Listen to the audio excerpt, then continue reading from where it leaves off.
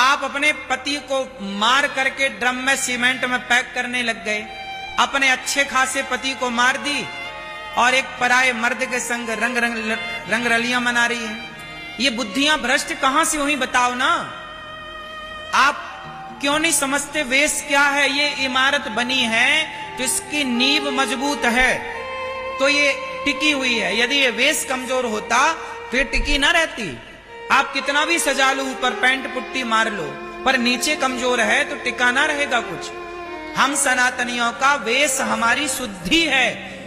आप कितनों को ये बात पता है कि हमारे बाप दादे कह गए हैं कि जैसी राखे शुद्धि वैसी बने? ये बात सही है कि गलत है? तो क्यों नहीं मानते? सही है तो मानो, वरना नुकसान अनिरुद्धाचार्य का ना होगा, तुम्हारा होगा। अपने पति की छाती में खंजर मारने वाली स्त्री कैसी रही होगी?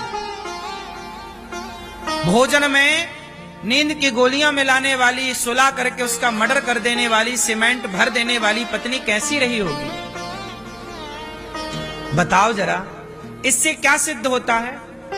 सोचिए, एक पति जो अपनी पत्नी में समर्पित है, आप बताइए, हम आपके घर आए भोजन करने और आप हमें नींद की गोलियां मिला के सुला दें और हमें मार डालें, इसमें हमारा क्या कसूर है?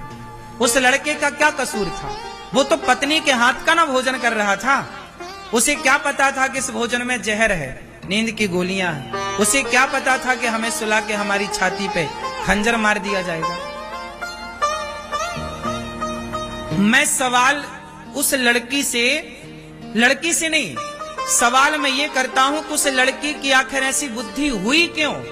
मैं उस वेश पे जाता हूं, मूल पर, कि समाज की आज ऐसी बुद्धि क्यों हो रही है। आज वो लड़की है, कोई और लड़की है, कोई और लड़का है, लड़का भी परेशान करता है, वो भी मार डालता है कई बार स्त्री को।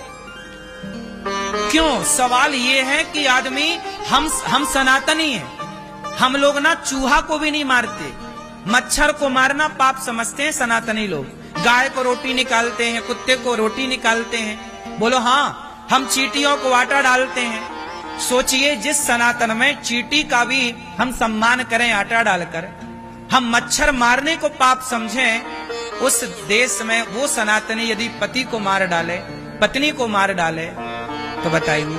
मैं सवाल करता हूं कि ये बुद्धि आई कहां से, बनी क्यों? कहीं ना कहीं जब आप सत्संग से हट जाते हैं, आप जब चरित्रहीन हो जाते हैं। वो लड़की क्या थी? चरित्रहीन हो गई ना, गैर मर्द के साथ घूम रही है, अपने पति को हटा दिया रास्ते से। ये गैर मर्द के साथ, अच्छा बताओ, सीता मैया रावण के साथ चली गई, चुरा के ले गया। रावण ने इतना लोभ दिया, रावण तो सोने की लंका का मालिक था कि नहीं? क्या बोलता रावण? सीता तुम मेरी पत्नी बन जाओ, मंदोदरी तुम्हारे पांव दबाएगी। मंदोदरी रानी है लंका की, वो पांव दबाएगी। सोने की लंका थी रावण की। ऐसे आजकल की कुछ स्त्रियां तो रावण को देख लें तो कहें हमें ले चल चुरा के, हम तैयार हैं। आज तो खुद लोग भाग के उसके विमान में चढ़ जाएं। आज यदि रावण होता तो उसे चुराना ना पड़ता, ये कुछ स्त्रियां दौड़ दौड़ के चढ़ती उसके विमान में। नहीं, लेकिन सोचो माता सीता के बारे में कि सोने की लंका में रहकर आ गई माता सीता। इतना उसने प्रलोभन दिया, इतना प्रलोभन दिया, लेकिन धन्य है, ये नारियों को सीखना चाहिए कि सोने की लंका को लात मार के वनवासी राम के संग रहने सीता मैया आ गई। पति कितना गरीब हो, लेकिन नारी को कभी अपने पति का त्याग नहीं करना चाहिए। ये सीता मैया ने करके दिखाया है। अब बताइए, ऐसी नारियां जिस देश में हुआ करती थी कि लंका को लात मार के और वनवास में रहने वाले राम को अपनाएं, वरना सीता मैया का भी मन डोल जाता इतना धन देखकर। इसलिए मेरी मां, अपना धर्म ना जाने देना। तुम्हारा धर्म क्या है? पति के साथ रहना। तुम्हारा धर्म क्या है?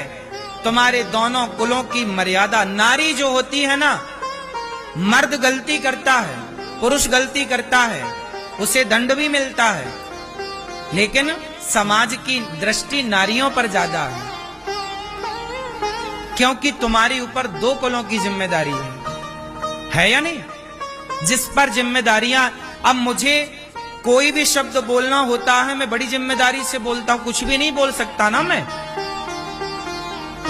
आप कुछ भी बोल सकते हैं, क्योंकि आपका बोला हुआ हाईलाइट नहीं होगा, आपको बोला हुआ वो आपकी पर्सनल विचारधारा हो जाएगी, लेकिन मेरा बोला हुआ तो बड़ी बात हो जाएगी। इसलिए आपको समझना चाहिए। समझना क्या चाहिए कि हम सब अपने अपने शुद्धि का, सत्य का, मर्यादा का, धर्म का पालन करें। ये सृष्टि तब सुरक्षित रहेगी जब धर्म रहेगा। धर्म क्या है? शुद्धि। शौच करो, लघु शंका जाओ तो शुद्धि। तो आज से कितने लोग मेरी बात को ध्यान से अपनाएंगे? शुद्धि का कौन कौन ख्याल रखेगा? क्या रखोगे बताओ?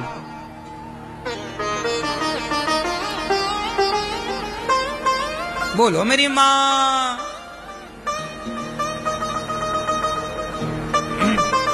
धर्म क्या है? सोचो।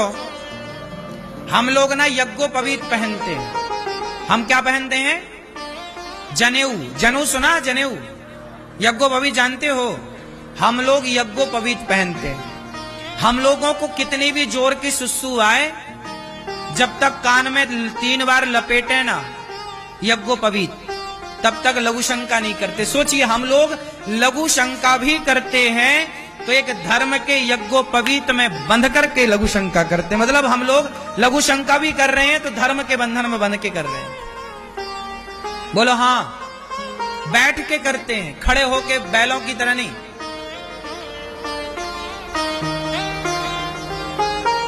आजकल के लोगों को यही अक्कल नहीं है कि लघु शंका कैसे करनी चाहिए। ये सब बताना क्यों पड़ रहा है? क्योंकि चीजें नष्ट हो गई, क्योंकि लोगों को ज्ञान नहीं है। पहले का मर्द, तुम्हारे दादा परदादा, नाना परनाना जो थे, वो धोती पहनते थे। बताओ, पहले का पुरुष भी खड़े होके लघु शंका करता था कि बैठ के? बोलो क्यों? क्योंकि बैठना मर्यादा है। लघु शंका करना भी एक मर्यादा है, नहीं है? अब आप ना माने आज की आधुनिकता में, तो हम क्या करें? लघु शंका खड़े होके नहीं करनी चाहिए। खड़े होके बैल जानवर करते हैं। मनुष्य हो ना? क्या हो आप लोग? क्या हो आप लोग? हाँ, तो मनुष्य कब बनोगे? जब मनुष्य का आचरण अपनाओगे। इसलिए आचरण, पहला आचरण है शुद्धि। अपने को सदा शुद्ध रखो, बाहर से भी और भीतर से भी। बाहर भी आप शुद्ध हैं। जैसे कुछ खाए तो बिस्तर में बैठ के लोग खाते हैं, बिस्तर पर नहीं खाना चाहिए। कुछ भी खाओ तो आचमन करना चाहिए, मतलब थोड़ा पानी पीना चाहिए, शुद्धि होती है। अब आप लोग क्या करते? खाए बिना पानी पिए घूम रहे हैं। इससे क्या होगा? नेगेटिविटी। इस संसार में 2 चीजें हैं, पॉजिटिविटी और, जैसे लोग कहते हैं ना प्रेतात्मा, भूत, पिशाच, ये सब क्या है? ये कुछ दिखता नहीं है, ये नेगेटिविटी है, नेगेटिव थॉट है। प्रेत क्या है? प्रेत नाम की चीज क्या है? भूत नाम की चीज क्या है? भूत प्रेत कोई ऐसा नहीं कि कोई ऐसे आ रहा है, नहीं। भूत का मतलब है नेगेटिविटी। उदाहरण से समझो, क्या लिखा है हनुमान चालीसा में? भूत पिशाच निकट नहीं आवे महावीर जब। तो आप बताओ, ये भूत प्रेत, ये भूत पिशाच निकट नहीं आवे, ये भूत पिशाच है क्या? क्या है ये? सुनो, ये भूत पिशाच क्या है, इसे बड़े ध्यान से सुनो। ये भूत पिशाच, जैसे हमारे देश में बहुत लोग आत्महत्या कर लेते हैं। एक नाम बता रहा हूं, सुशांत सिंह राजपूत। सुशांत ने आत्महत्या कर ली, सबको पता है। क्यों कर ली? क्योंकि कोई भी एक दिन में तो आत्महत्या नहीं कर लेता ना भाई, बार बार उसके मन में आत्महत्या करने के विचार आए होंगे, थॉट आए होंगे, मर जाते हैं, हम मर जाते हैं, हम मर जाते हैं। एक बात याद रखना, जब आपके भीतर नेगेटिविटी आने लगती है ना, तो पॉजिटिविटी के दरवाजे बंद से हो जाते हैं। फिर कोई कुछ सुनाए समझाए समझ में नहीं आता। जिसे बोलते हैं विनाश काले विपरीत। हाँ, ये जो गलत थॉट आपके भीतर आ गए, गलत विचार जो आपके भीतर आकर कब्जा कर लिया, जो बार बार आपको परेशान, डिप्रेशन क्या है, तनाव क्या है, यही भूत प्रेत है, नेगेटिविटी। इस ब्रह्मांड में नकारात्मक ऊर्जा भी है और सकारात्मक ऊर्जा भी है, हाँ या ना? आप मानते हैं इस बात को? कई बार हम ऐसी जगह जाते हैं जहां हम पॉजिटिविटी से भर जाते हैं, अपने आप हैप्पी हो जाते हैं, खुश, बोलो हाँ। और कई जगह ऐसी होती है जहां जाने से हम लोग बिल्कुल भयानक सा दृश्य दिखता है, डर लगने लगता है, परेशान होने लगते हैं। मतलब वो जगह का भी दोष है, वो नेगेटिविटी से भरी जगह है। आप एक बात बताओ ना, आप मंदिर जाओ और शमशान जाओ, दोनों जगह की ऊर्जा आपने महसूस की कि नहीं? बोलो हाँ।